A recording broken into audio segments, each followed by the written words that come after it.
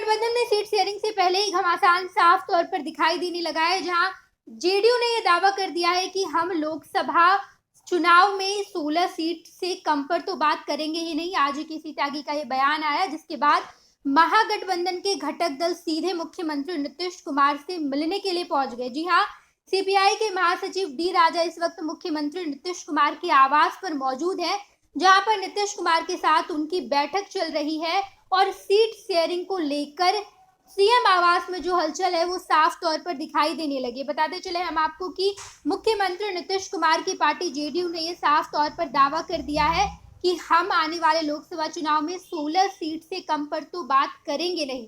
इससे पहले संजय झा का बयान सामने आया था, उन्होंने कहा था कि 16 सीट पर ही हम चुनाव लड़ेंगे, इससे आगे बढ़ सकते हैं लेकिन पीछे हम नहीं बढ़ेंगे। तो वही दूसरी तरफ कांग्रेस का जो रवैया है, इसको लेकर भी केसी त्यागी ने आज मीडिया कर्मियों से बातचीत करने के दौरान साफ तौर पर कहा है कि कांग्रेस जो रवैया अपना रही है ये कहीं से भी उचित नहीं है, क्योंकि जिन राज्यों में कांग्रेस मजबूत है वहां पर तो सीट शेयरिंग को लेकर मसला नहीं अटक रहा है, लेकिन जिन राज्यों में क्षेत्रीय पार्टी मजबूती से बैठी है, अगर बिहार की बात कर ली जाए तो हमें कांग्रेस की जरूरत बिहार में नहीं है, क्योंकि बीजेपी को हराने के लिए अगर हमारे साथ आरजेडी है तो हमें किसी भी दूसरी पार्टी की जरूरत नहीं है।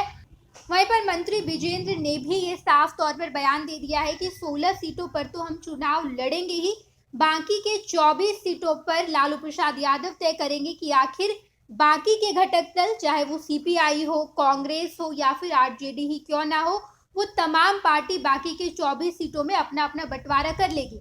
लेकिन अगर लोकसभा चुनाव की बात कर ली जाए तो जेडीयू ने साफ तौर पर कांग्रेस के साथ साथ बिहार की सबसे बड़ी पार्टी राजद को भी ये चुनौती दे दी और ये साफ तौर पर ऐलान कर दिया है कि हम 16 सीटों से आगे बढ़ सकते हैं लेकिन पीछे नहीं आएंगे, बाकी के 24 सीटों पर आप अपना अपना बंटवारा कर लीजिए। इसके बाद सीपीआई के महासचिव डी राजा मुख्यमंत्री नीतीश कुमार की आवास पर चले गए हैं और मुख्यमंत्री नीतीश कुमार से सीट शेयरिंग को लेकर बातचीत करेंगे।